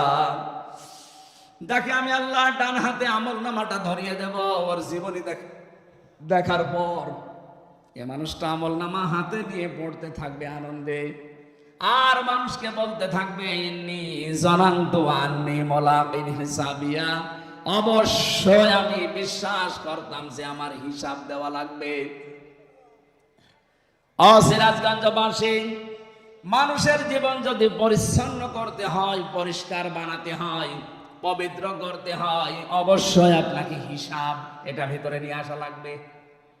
আপনার দুনিয়ায় যে কাজ করেন, আগে আখিরাতের এই হিসাবের এটা সামনে নিয়ে আসা লাগবে। আল্লাহ এই জন্যই দিয়েছেন, ইন্নী যানাতু আন্নী মুলাকিন হিসাবিয়া, অবশ্যই আমি এটা বিশ্বাস করতাম দুনিয়ায় যে আমাকে আল্লাহর সামনে হিসাব দেওয়া লাগবে। খলিফাতুল মুসলিমিন হযরত ওমর ইন্তেকালের 12 বছর পর তার সন্তান আব্দুল্লাহর সাথে দেখা স্বপ্নে হযরতে আব্দুল্লাহ ডাক দিয়ে বললেন, বাবা কোথায় ছিলেন এতদিন? কতদিন দেখি নাই। হযরতে আব্দুল্লাহ ডাক দিয়ে বলেছেন, আব্বা কোথায় ছিলেন? আমি তো দেখি নাই আপনাকে। হযরত ওমর বলেছিলেন, সন্তান 12টা বছর আমি দুনিয়ার জীবন ছেড়ে দিয়েছি, আমি আল্লাহর সামনে দাঁড়িয়ে আমার জীবনের কৃতকর্মের হিসাব দিচ্ছিলাম। শেষ পর্যন্ত আল্লাহ আমার দিকে তাকিয়ে আমাকে মাফ করে দিয়েছে। এই আয়াতের তাফসীর পড়তে গিয়ে পেয়েছি, আল্লাহ পাক যদি কিয়ামতে কাউকে ইচ্ছা করে যে তাকে মাফ করে দেবে, মনে করেন আমাকে, সেলিম রেজা ভাইকে, এই মানুষগুলো শাহিন ভাইকে যদি আল্লাহ মনে করে আমি মাফ করে দেব, একটা কুদরতের চাদর দিয়ে ঘিরে নেবে আগেই। লক্ষ কোটি কোটি মানুষের সামনে থেকে তার হাতটা ধরে নিয়ে এসে চাদর দিয়ে ঘিরে ফেলবে। আল্লাহ নিজের সামনে দাঁড় করিয়ে বলবে, হামজা এই করেছিলি বল। মানুষ মাথা নিচু করে বলবে, রব্বুল আলামিন আমার ভুল হয়ে গেছে। তাফসিরে এইটাই লেখা আছে, মানুষ যখন মাথা নিচু করে অনুতপ্ত হয়ে বলবে, আল্লাহ আমার ভুল হয়ে গেছে, আল্লাহ বলেন আমার কুদরতের জরিয়ার ভেতরে জোশ পয়দা হয়ে যাবে। ওই বান্দার কাকতি মিনতি আর চেহারার দিকে তাকিয়ে আমার একটা মায়া লাগবে, তখন আমি ওরে বলবো, স্যার তোরে আমি মাফ করে দিলাম। কিন্তু কাউকে যদি আমি হিসাব নেই, এক গ্লাস পানির হিসাবও আমাকে দিতে পারবে না। এই জন্য আজকে সবাই এই দোয়া করে যাবেন, যেহেতু আমল নামা হিসাব এই বিষয়টা আজকে সামনে আসবে। এখনই মনে মনে এই মাহফিলে দোয়া করেন, রব্বুল আলামিন কিয়ামতে তুমি আমার জীবনের হিসাব অন্তত নিও না, বিনা হিসাবে তুমি মাফ করে দিও। কারণ আল্লাহর যে বিচারের সিস্টেম, আল্লাহর বিচারে কোনো অবিচার বলতে কিছু, আরো জোরে বলেন, আল্লাহর বিচার ব্যবস্থায় অবিচার, আরো জোরে। আল্লাহ যদি ন্যায় বিচার করে কেউ বাঁচবে না। যত বড় আবেদ বান্দা হোক, যত বড় মহিলা আবেদা হোক, যদি আল্লাহ ন্যায় বিচার করে জান্নাত পাওয়া সম্ভব না। একটা পথ খোলা আছে, আল্লাহ যদি দয়া করে মাফ করে দেয়। এই জন্য কাবা শরীফ যখন দেখবেন তাওয়াফ করে মানুষ, তখন প্রত্যেকে এই কথা বলে, রুকনি ইয়ামিনি থেকে ষষ্ঠ চক্কর দেওয়ার সময়, আল্লাহুম্মা ইন্না আলাইয়া হুকুকান ফীমা বাইনি ওয়া বাইনিকা। রব্বুল আলামিন আমার মাঝে আর তোমার মাঝে অনেকগুলো দেনা পাওনা আছে, তুমি আমার মালিক হিসাবে আমার পাওনা যা দেওয়ার সবই তো দিয়ে দিয়েছো। আমাকে নেই থেকে আজকে তুমি হামজা বানিয়েছো, আমাকে নেই থেকে তুমি সেলিম রেজা বানিয়েছো। কথা বলেন ঠিক কিনা? কিন্তু তোমাকে দেওয়ার মতো আমার তো কোনো পুঁজি নেই। একটা জিনিস আমার কাছে আছে, তুমি আমারে মাফ করে দাও, এইটাই আমার পুঁজি। আল্লাহ পাক বলেন, বান্দা এই আমল নামা পাওয়ার পরে আনন্দে আত্মহার হয়ে বলবে, রব্বুল আলামিন আমার চিন্তা নেই, কারণ আমি বিশ্বাস করতাম আমাকে হিসাবের মুখোমুখি হওয়া লাগবে। ফাহুয়া ফি ঈশাতির রাদিয়া। এই মানুষটা আমি একটা শান্ত এবং সন্তোষজনক জীবন আমি তাকে দিয়ে দেব। ফি জান্নাতিন আলিয়া, সুউচ্চ জান্নাতে তাকে আমি পৌঁছাবো। উতুফুহা দানিয়া, যার ফলগুলো তার মুখের কাছে এসে ঝুলন্ত হতে থাকবে। জান্নাতের এই পরিবেশে ওই মানুষটা কোনো দিন বলবে না আল্লাহ আমি ফল খাবো। মনের ভেতরে যদি কামনা বাসনা আছে, সঙ্গে সঙ্গে ফল আপনার মুখের ভেতরে পড়ে যাবে, টপ করে ছিঁড়িয়ে। ধরে বলেন সুবহানাল্লাহ। আল্লাহ পাক বলেন, এরকম একটা বিষয় তোমার সামনে অপেক্ষা করছে, কুলু ওয়াশরাবু হানিয়াম বিমা আসলাফতুম ফিল আইয়ামিল খালিয়া। আল্লাহ নিজে জানিয়েছেন, তখন আমি তাকে বলবো মন মতো খাও, যা ইচ্ছা পান করো, কারণ বিগত দিনে এইটা খাওয়ার জন্য বহু কষ্ট স্বীকার করেছো। আজ আমাদের দুনিয়ায় যারা আমরা কষ্ট স্বীকার করছি আল্লাহর বিধানের উপরে চলতে গিয়ে, আল্লাহকে রাজি করার জন্য রাতের বেলা অনেকে তাহাজ্জুদ পড়েন, একটা লম্বা সেজদা দেবেন, দেখবেন একটা আলাদা আনন্দ আপনার ভেতরে আল্লাহ তৈরি করে দেবে। আজকে রাত থেকে আরম্ভ করবেন, যদি সময় পান, এই 1.5 মিনিট 2 মিনিট না, অন্তত 15-20 মিনিট, আধা ঘন্টা 1 ঘন্টা পড়ে থাকবেন সেজদায়। কারণ আল্লাহ পাক নিজের পা আপনার কপালের সামনে বিছিয়ে দিয়েছে, বান্দা এই জায়গায় সেজদাটা দে, এদের কপালটা ঢাকা। আপনি যখন 2 মিনিট 5 মিনিট না ওয়াসজুদ ওয়াকতারিব সেজদা দিলে মানুষ আল্লাহর কাছাকাছি চলে যায়। আপনি যখন আধা ঘন্টা 45 মিনিট 1 ঘন্টা পড়ে আছেন, অবশ্যই আমার আল্লাহর কুদরতের জরিয়ার ভেতরে জোশ পয়দা হবে। আল্লাহ যেন মাঝে মাঝে আপনি শুনতে পাবেন না, কিন্তু অনুমান করতে পারবেন। আল্লাহ যেন আপনাকে ডাক দিয়ে বলবে, কি বান্দা কি হয়েছে বল দেখি। এইটাই জীবনের সফলতা।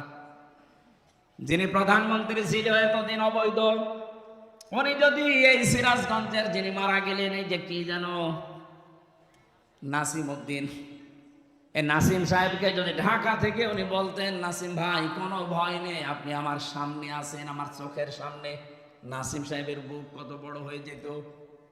অথচ ম্যাডাম এখান থেকে প্রায় 150 কিলো দূর থেকে বলছে যে নাসিম চিন্তা নেই, তুমি আমার চোখের সামনে। একটা দেশের প্রধানমন্ত্রী এই কথা বললে যদি নাসিম সাহেবের বুক বড় হয়ে যায়, আল্লাহ বলছেন বান্দা তুই আমার চোখের সামনে, কিসের ভয়? তোর বুক তো নাসিম সাহেবের কাছে 10 ডবল বড় হওয়া দরকার।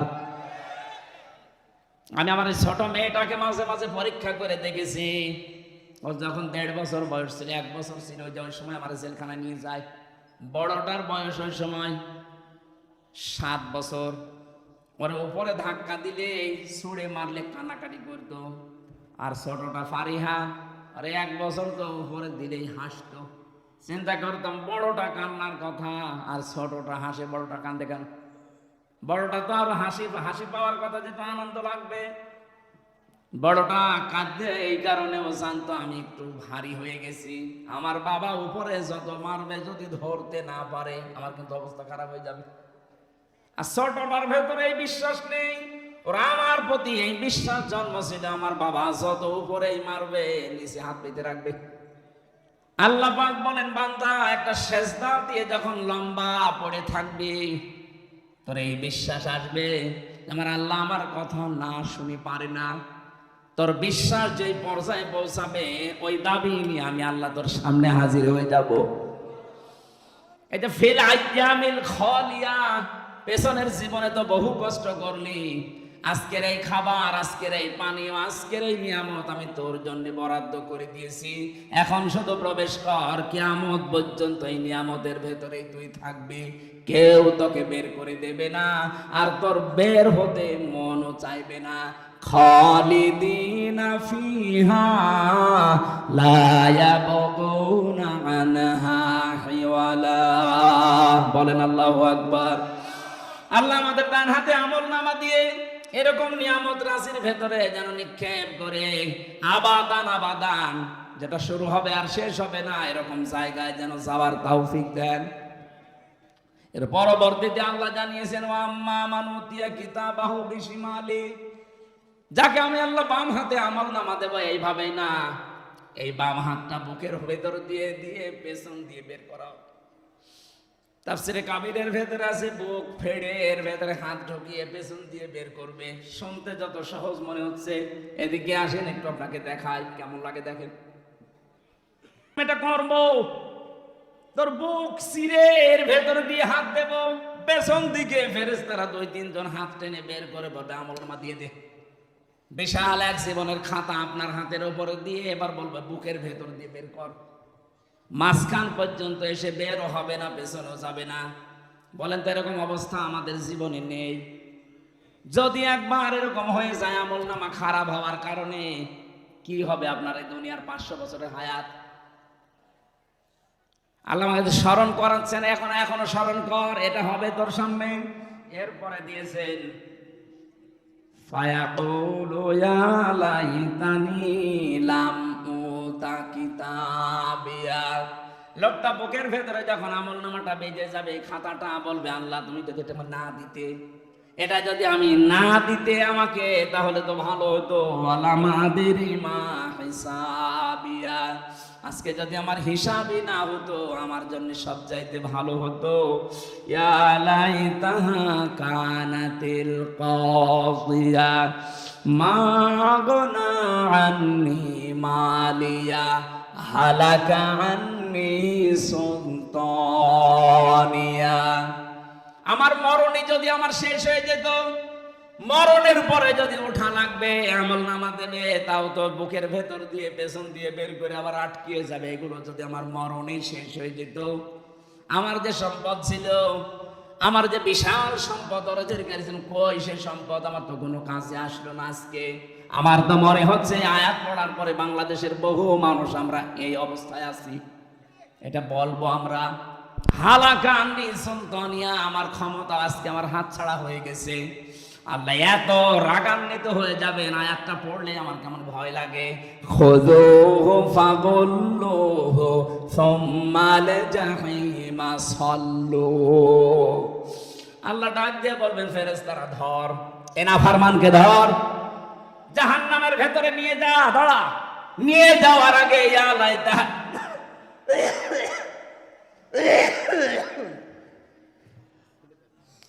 ثم في سلسلة ذرعها 70 ذراعا فاسلكوه। 70 গজ শিকল দিয়ে রে উপর থেকে শেষ পর্যন্ত বাঁধ, মাথা থেকে মা পর্যন্ত পুরোটা বেঁধে ফেল, এবার ধাক্কা দিতে দিতে নিয়ে যা। বলেন তো আগেরটা যেটা বললাম ওটা যদি কপালে না থাকে, পরেরটা যদি কারো ভাগ্যে এসে যায়, ওই 1000 বছর হায়াত পেয়ে কি করবে? এত বড় অপমান কেন করবে? 70 গজ লাগে শিকল, 1.5 হাত হলে তো হয়ে যায়। 70 গজ শিকল দিয়ে বাঁধবে এই কারণে বহু সম্মান দুনিয়ায় পেয়েছিলে, কিন্তু সম্মানের কাজ করনি। আজকে তোরে এত অপমান করব, দেখ কেমন লাগে। আমি একটা উপন্যাস পড়েছিলাম বিশ্ববিদ্যালয়ে থাকাকালীন, ওর নাম ছিল দেখ কেমন লাগে। আমার তো মনে হচ্ছে কিয়ামতের দিন আল্লাহ আমাদের অনেকের ঠাট্টা বিদ্রুপ করে বলবে দেখ কেমন লাগে। এটা যেন আমাদের কপালে কারো না হয়, বলেন আমিন। কাদের জন্য আল্লাহ এই শাস্তির ঘোষণা দিলেন? আল্লাহ পাক বলেন ইন্নাহু কানা লা ইউমিনু বিল্লাহিল আযীম ওয়া লা ইয়াহুদ্দু আলা তুআমিল মিসকিন। কিয়ামতে আল্লাহ পাক আমাকে তুলবেন, আল্লাহর প্রতি যাদের ভরসা ছিল না, বিশ্বাস ছিল না, আর যারা এতিম মিসকিনদেরকে খাবার দিত না। এই দুইটা বিষয় আমরা আজ এক করতে চাই। আল্লাহর প্রতি ঈমান, কিয়ামতে জবাব দেওয়া লাগবে, এই বিশ্বাস দৃঢ় করা জাতির ভেতরে, এবং দারিদ্র মুক্ত সমাজের জন্য আমাদের ভূমিকা রাখা লাগবে। শুধু নিজে খেয়ে পরে বাঁচবেন, অন্য কারো খবর রাখবেন না। না, আমরা চাই প্রতিটি মানুষ এদেশে তৈরি হবে, নিজের জন্য যেমন চিন্তা করবে, তার আশপাশের মানুষের জন্য চিন্তা করবে। 15.5 বছর এটা ছিল না, শুধু নিজে খাবো, নিজে পরবো, নিজের হবে, অন্য লোক না খেয়ে। আমরা এটা চাই না। যারা দারিদ্র মুক্ত সমাজের জন্য কাজ করে না, তাদেরকে এই শাস্তিগুলো আল্লাহ ঘোষণা দিয়েছেন। আল্লাহ আমাদের হেফাজত করুন, আমিন। আমি জেলখানায় থাকাকালীন কয়েকটা বই লিখেছিলাম, তার ভেতরে মেয়েদের 2টা আর পুরুষের জন্য 1টা। পুরুষের এই বইটা খুব জরুরি, লাগবে, শিক্ষিত মানুষরা নিয়ে যাবেন। যাওয়ার সময় অনেক তথ্য দেওয়া আছে, ওখানে তো তথ্য পাওয়া যায় না, বাইরে এসে আমি সংযোগ করেছি। সৃষ্টি জগতের সূচনা, এই বইটা আপনি সব কিছু আপনার জন্ম থেকে শুরু করে এই পর্যন্ত জানা যাবে। আল্লাহ আমাদেরকে দিনের ওপরে চলার জন্য আমল নামা যেন ডান হাতে দেন। আমাদের প্রধান অতিথি আজকে বিএনপির এই উপজেলা শাখার সম্মানিত সভাপতি, আমাদের শ্রদ্ধাভাজন বড় ভাই জনাব সেলিম রেজা। উনি সালাম দেওয়ার পরে আমি মুসাফির মানুষ মোনাজাতের মাধ্যমে শেষ করবো। আমিন।